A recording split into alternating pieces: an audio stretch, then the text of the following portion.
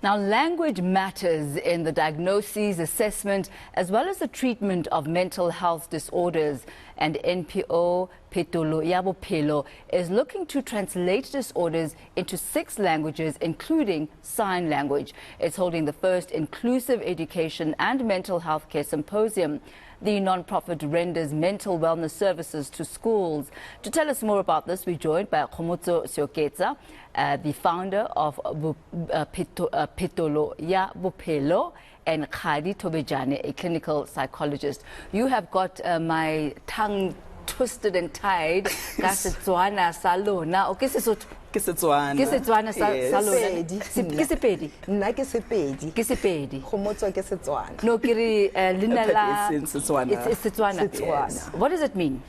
Phetolo Ya Bophelo, it means changing of lives. The narrative around the name was actually derived when I noticed so much gap and change in the education system, and my biggest worry was lack of inclusivity. So we wanted to change the status quo. We wanted to change the mindset around a child living with autism and the kind of effects it has on them and the positive attributes it actually has on their lives. So Phetolo Ya Bophelo, we actually are just about touching and changing lives. And diagnosis is so important, and language, as you were saying, is so important. True. Talk to us about perhaps the misconception that people might have and the misdiagnosis. And you mentioned autism. You know, sometimes a child has a mental disorder and you don't quite know what it is, but very quickly people will just use one blanket word to describe the child is mentally unwell, but you can actually be specific about it. Yeah. Talk to us about that process and why it's important to diagnose, you know, mental health for exactly what it is. Yes. Can I latch on to this?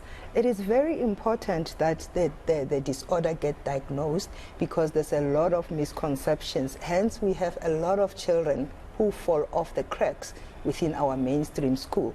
So when children are born, they are not necessarily clearly visible because they look like your normal child. But there are certain disorders that cannot be picked up just by looking at the child, but they are seen within the schooling environment. And that's where then we need our teachers to be active and be capacitated to understand that this child seems to be having some kind of lack in this area. As a result, we need to involve the necessary stakeholders like your doctors, you know, pediatricians, psychologists, occupational therapists and physiotherapists to be able to really diagnose the kind of the disorder that the child is sitting with, so that the child's approach or the teacher's approach to teaching this child can be the one that suits his specific needs. So, Kgadi, as it stands now, what is the process? If a teacher realizes that the child may have a learning disability, they're not quite functioning at the same level as the other children, what is the current process that the teacher actually needs to go through, as far as like reporting the child or making this particular impediment come to light as an issue of awareness? Okay.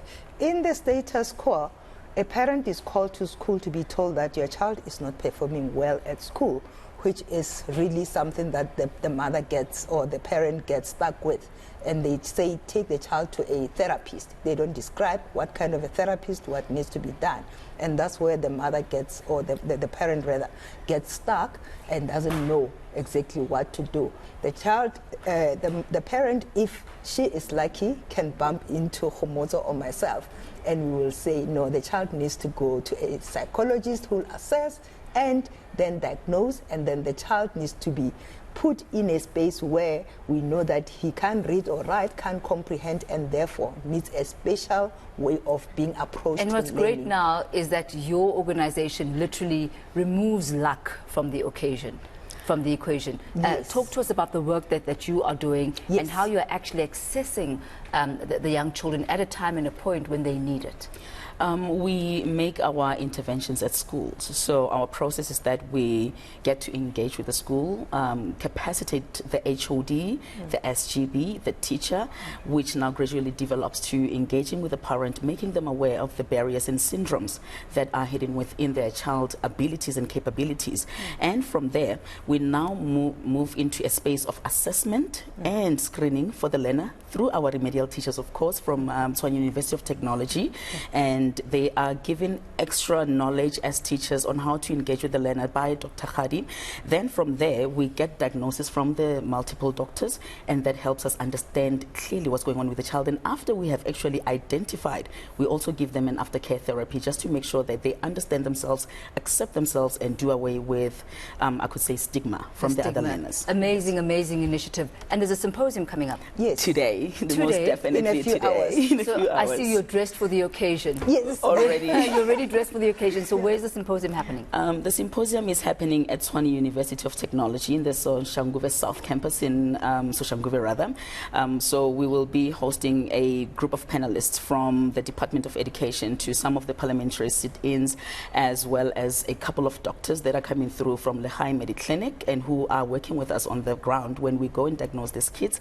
And for the first time, by the way, we've actually successfully managed to translate deficits and syndromes, your dyspraxia, dyscalculia, dysgraphia, dyslexia, into 6 official languages, which is Xitsonga, Tshivenda, isiZulu, Setswana, Sepedi, and isiXhosa, and on top, sign language.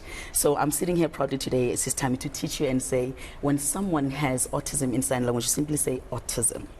Does it matter which hand? It does. Is It's it the right? pivotal. So the left hand is the one that will have to close in and close the right hand. You say, I have autism.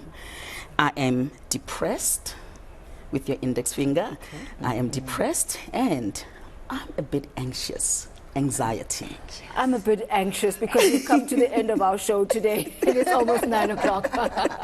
Thank you so much, ladies. Yes. Congratulations, job well done. Thank you so may you much. continue just to do well and continue changing Thank lives, you. because I think diagnosis at an early stage makes so much of a difference. Thank We you are so really much. trying to do away with special school and working on inclusivity. So thank you. Thank you so much for making it here today. That's Kgomotso Seoketsa and Kgadi Thobejane from Phetolo Ya Bophelo. What was anxious again?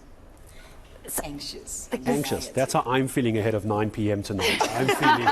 I'm feeling anxious ahead of 9 Yes, p.m. anxious for the forecast. And they must make sure they don't leave us depressed. If we see Russie doing this tonight, we know it's not going according to plan. But it's gonna be fine. Thank you very much for coming in. And it's you. well done to you, and I hope we Really can follow great. up with you with the program in a Thank couple of you. months from now. It's 6 languages plus sign languages. Yes. It's great. Well Thank you done. for having us. Well, it's been a pleasure having you. Thank you, and all the best for today and the great work that you are going to do.